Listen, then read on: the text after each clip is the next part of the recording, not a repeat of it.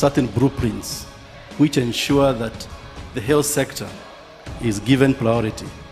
Number one, we have the Constitution of Kenya, 2010, which clearly highlights that health is a basic right.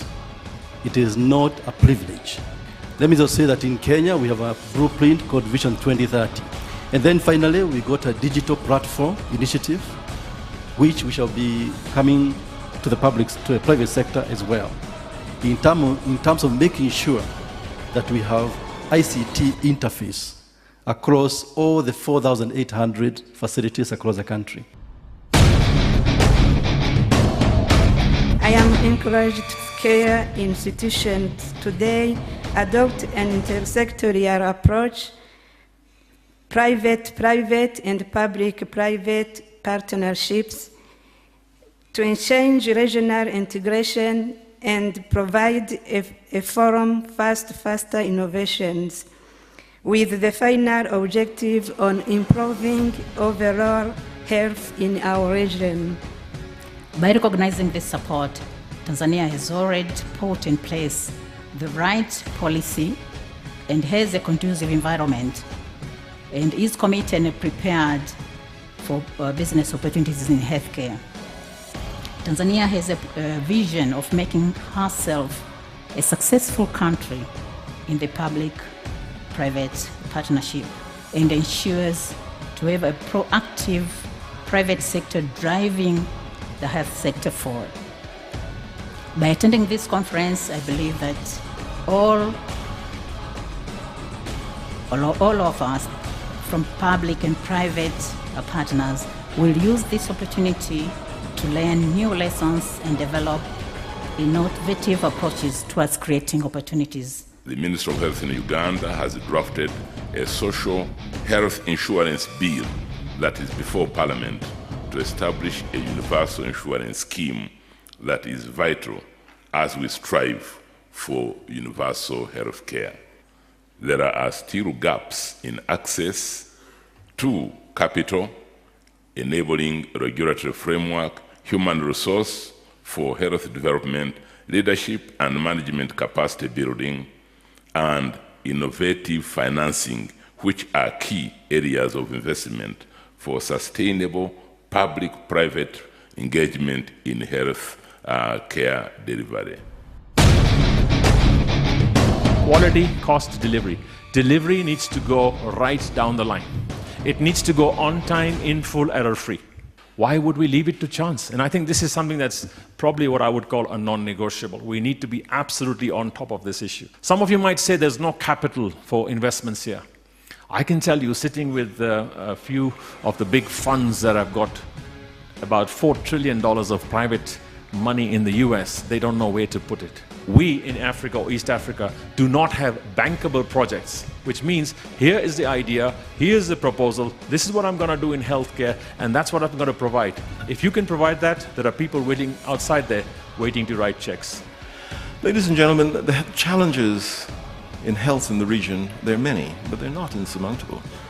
And technology is not the problem. As I look around the room, it reminds me that we had enough technology to put a man on the moon before many of you were even born. And in fact, the computers which put the man on the moon were much more primitive than the computers which many of you now have with your smartphone. The biggest challenge that we as the private sector face, the biggest challenges we as technologists face, is how do we make these partnerships work? Healthcare in East Africa needs private sector engagement. Yes, the funds are there, but even though the funds are not there, that has not stopped some of the most exciting projects that have come in the world of business. And yes, you need to know that the most important ingredient sometimes is your perseverance and your courage.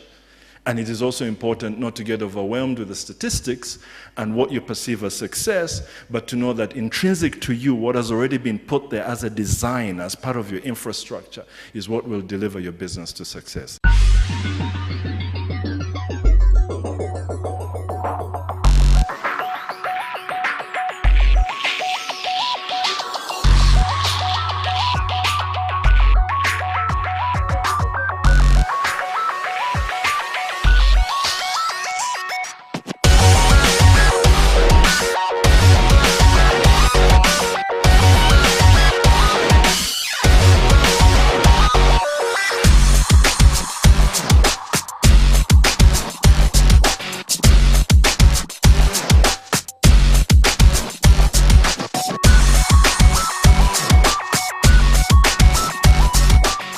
decade, though, has seen a trend toward public health interventions that organize private sector healthcare providers into networks. And one model is social franchising of health services, which applies commercial principles to achieve public health goals. Bringing together providers under a common brand with a promise of quality assurance reduces the variability of the service provision that is given by these providers. Therefore, I would like to let everyone know here today that the EAHF membership is open to all participants in the health space working directly or indirectly with the social franchises. We have learned a lot from what we have seen, and we want to use this as a launching pad as well to go and replicate the same in Nigeria. If you become globally competitive, you attract a lot of people who will come out and actually give you more services out here and more demand. I also encourage the business community in the East African region to explore the possibilities for exploiting economies of scale through partnerships and association as they pursue healthcare investments in the region. I wish to congratulate the Kenya Healthcare Federation and the East Africa Healthcare Federation for planning and hosting the 3rd annual EAHF Conference for 2014. I wish to assure you of my ministry's support to improve healthcare in this region.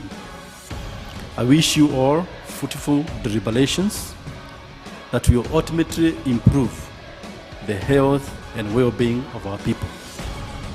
And it is now my pleasure to declare the 3rd East Africa Healthcare Federation Conference officially open. Thank you.